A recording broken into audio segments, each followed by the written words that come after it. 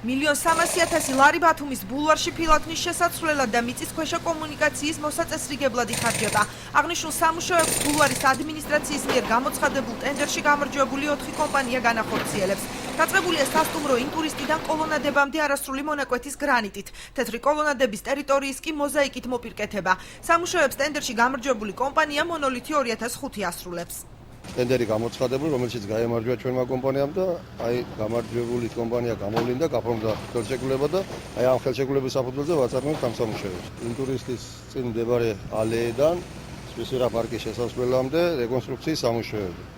ეს არის მოზაიკური ფილა კოლონადებს შორის, ინტურისტთან მისასვლელი მოზაიკური ფილების შეცვლა აღდგენის სამუშაოები და არსებული ფილების დემონტაჟი და ახლით შეცვლა. ბულვარის ადმინისტრაციის დირექტორის თქმით, ფილაქნის გამოცვლა არსებული დაზიანებების გამო გახდა საჭირო. გურამ ჩიქოვანი განმარტავს, რომ დაუზიანებელი ფილაქანი პლაჟზე გადასასვლელებზე დაიგება. პარალელურად დაგეგმილია სანიაღვრე სისტემის მოწესრიგება, რაც წყლის დაგუბების პრობლემას მოხსნის.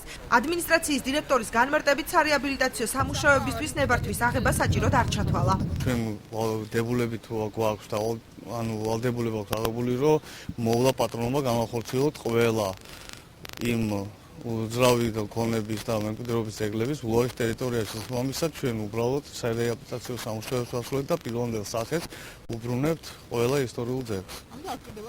არა, არ ჭირდებოდა.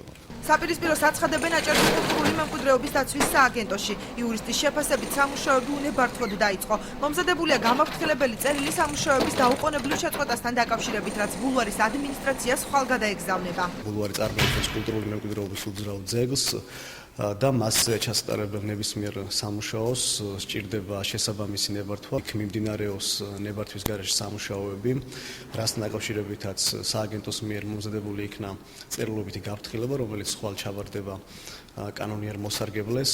გაფრთხილებით მოთხოვნილია, რომ დაუყოვნებლივ იქნეს შეჩერებული სამუშაოები, წინააღმდეგ შემთხვევაში დამრღვევს დაეკისრება ჯარიმის სახით 10,000 ლარი. ბულვარში მიმდინარე სარეაბილიტაციო სამუშაოებს დღეს არასამთავრობო ორგანიზაცია ახალგაზრდული ინიციატივა მომავალი საქართველოსთვის წარმომადგენელი გამოეხმაურა. რანაირი ინფორმაცია არ აქვს, თუ აქვს ნებართვა, არ იციან რა სახის უფლებამოსილება აქვს, რა უნდა დაანგრიონ და რა არა, რაც ჩვენში გაუგებრობას იწვევს და მოუწოდებ ხელისუფლებას უბრალოდ, რომ თუ რაიმეს კარგს გააკეთებენ, პირველ რიგში საზოგადოების ინფორმირება უნდა მოახდინონ. თუ ბულვარის ადმინისტრაცია კულტურული მემკვიდრეობის დაცვის სააგენტოს ნებართვას არ დაემორჩილება, მას ჯარიმის სახით 10,000 ლარი დაეკისრება.